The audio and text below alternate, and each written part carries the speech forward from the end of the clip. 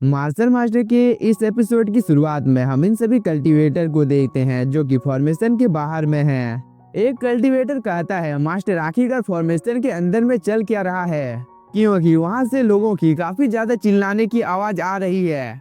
इस बार ये एल्डर कहता है, एम्परर भी अंदर में है, इसीलिए हम सभी को मिलकर इस फॉर्मेशन को तोड़ना होगा। इस बार ये सभी कल्टीवेटर भी हाँ कहने के बाद अपनी पावर को एक्टिवेट कर इस फॉर्मेशन को डिस्ट्रॉय करने की कोशिश करने लगते हैं। मगर बहुत ही ज्यादा मेहनत करने के बावजूद भी इस फॉर्मेशन को ये सभी तोड़ नहीं पाते हैं। इसके बाद हम फॉर्मेशन के अंदर का सीन देखते हैं, जहाँ पर पियामिया पैलेस की इन लड़कियों ने लगभग सभी कल्टीवेटर्स को जान से मार दिया है। और इन सब चीजों को काफी ज्यादा आराम के साथ एम्परर जुआन युआन देख रहा है, क्योंकि एम्परर जुआन युआन को इन सब चीजों से कोई भी फर्क नहीं पड़ता है। साथ ही वही एल्डर की भी ओर देखता है, जिसकी हालत काफी ज्यादा खराब होती है। तभी ये दूसरा एल्डर कहता है, एम्परर जुआन युआन आखिरकार तुमने ऐसा क्यों किया। इस बार एम्परर जुआन कहता है, मैंने ऐसा क्यों किया। यह कहने के बाद वो काफी ज्यादा हंसने लगता है।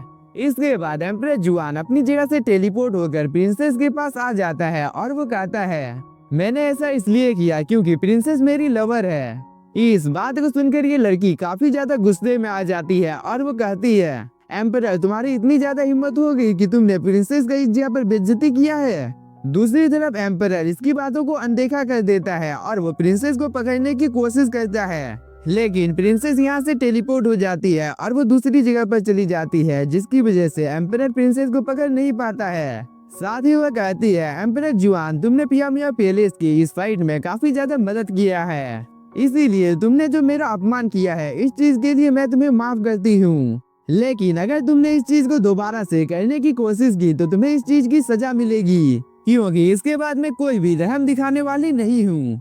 इस बात को सुनकर एम्परर जुआन को काफी ज्यादा गुस्सा आ जाता है, मगर तभी प्रिंसेस टेलीपैथी के थ्रू एम्परर से बात करने लगती है कि हमारे रिश्ते के बारे में लोगों को नहीं पता चलना चाहिए। अगर हम दोनों के बीच में जो कुछ भी चल रहा है इस चीज के बारे में बाकी के कल्टीवेटर को पता चल जाता है तो हम दोनों ने जो इतने सालों में प्लान बनाया है वो बर्बाद हो जाएगा। इसीलिए यहाँ पर जैसे चल रहा है वैसे चलने दो। इस बात को सुनकर एम्परर भी काफी ज्यादा हंसने के बाद कहता है, ओ प्रिंसेस मैं तो मजाक कर रहा था, क्योंकि प्रिंसेस ने तो मुझे पहले ही कहा था कि हम दोनों मिलकर काम करने वाले हैं।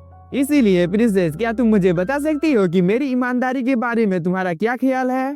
इस पर प्रिंसेस कहती है, तुमने अपने काम को बखूबी किया है। यह कहने के बाद वह इस एल्डर के पास आ जाती है, जिसकी वजह से ये एल्डर काफी ज्यादा डर जाता है और वो कहता है, आखिरकार तुम करना क्या चाहती हो प्रिंसेस।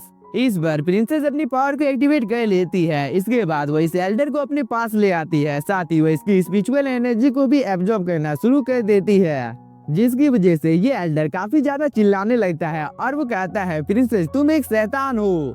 मगर प्रिंसेस को इन सब बातों से कोई भी फर्क नहीं पड़ता है और वो इसकी स्पिरिचुअल एनर्जी को एब्जॉर्ब करती रहती है, जिसकी वजह से प्रिंसेस की बॉडी में काफी ज्यादा क्रैक पड़ जाता है। इधर इस एल्डर की सारी स्पिरिचुअल एनर्जी को प्रिंसेस ने एब्जॉर्ब कर लिया था, जिसकी वजह से इस एल्डर का बॉडी ब्लास्ट हो जाता है और प्रिंसेस इस चीज को देखकर काफी ज्यादा हंसने लगती है। साथ ही प्रिंसेस की बॉडी में जो क्रैक पड़ा था वो कुछ ही देर में ठीक भी हो जाता है। इसके बाद प्रिंसेस इस दूसरे एल्डर की ओर देखने लगती है, जिसकी वजह से इस एल्डर की हालत काफी ज्यादा खराब हो जाती है। तभी प्रिंसेस कहती है, चिंता मत करो, मैं तुम्हें जान से मारने वाली नहीं हूँ, क्योंकि मुझे अब भी तुम्हारी जरूरत है। यह कहने के बाद वह इस एल्डर को भी अपनी पावर की मदद से उठा लेती है। साथ ही वह एम्परर जुआन को कहती है, एम्परर जुआन अब आपके यहाँ पर कुछ करने का टाइम आ गया है। इस बात को सुनकर एम्परर जुआन बिना कोई टाइम ज़ाया किए बाहर की ओर जाने लगता है, जहाँ पर ये सभी कल्टीवेटर मिलकर इस फॉर्मेशन को डिस्ट्रॉय करने की कोशिश कर रहे हैं। मगर तभी इस एल्डर को पता चल जाता है कि एम्परर बाहर आ रहा है, इसीलिए वो अपने सभी साथियों को रुकने के लिए कहता है।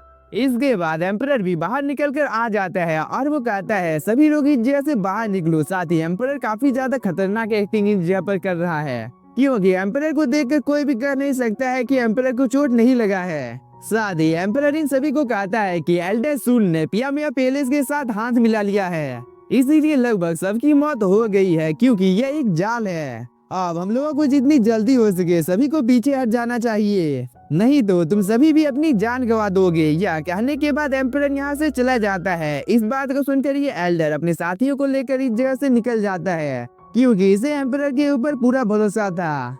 तभी पिया मिया पैलेस के ये सभी कल्टीवेटर भी इन सभी का पीछा करने लगते हैं और ये लेडी कहती है इनमें से कोई भी जिंदा बचना नहीं चाहिए, एक एक को ढूंढ के जान से मार डालो। इस बात को सुनकर ये सभी लड़की इन सभी का पीछा करने लगती है और कुछ ही देर में इन सभी ने मिलकर काफी ज्यादा डिसाइपल्स को जान से मार दिया है। दूसरी तरफ हम उयू रेलम के अंदर में चेंग सा को देखते हैं जो कि अभी भी स्पेस में होता है और इसकी बॉडी से काफी ज्यादा चट्टान टकरा रहे थे, मगर इस चीज के चेंग सा के ऊपर कोई भी असर नहीं पड़ता है।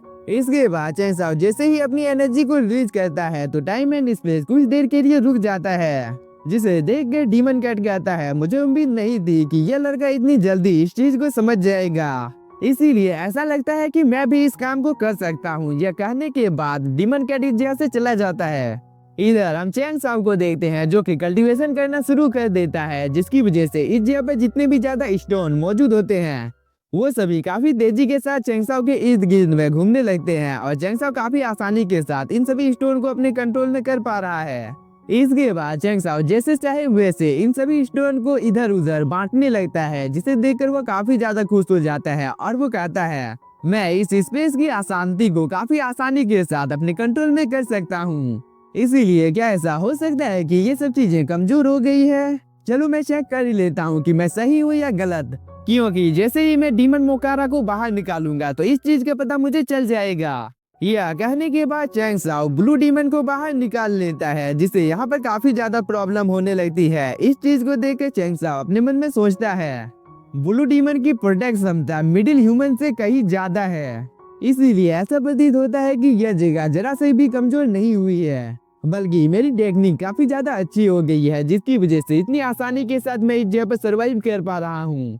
इधर हम ब्लू डीमन को देखते हैं जो कि चेंग साओ को कहता है चेंग साओ अगर मैंने कुछ गलत किया है तो तुम मुझे बता सकते हो, मैं उस चीज को ठीक कर दूंगा, लेकिन तुम मुझको ऐसी सजा मत दो क्योंकि यहाँ पर मुझे काफी ज्यादा तकलीफ हो रही है।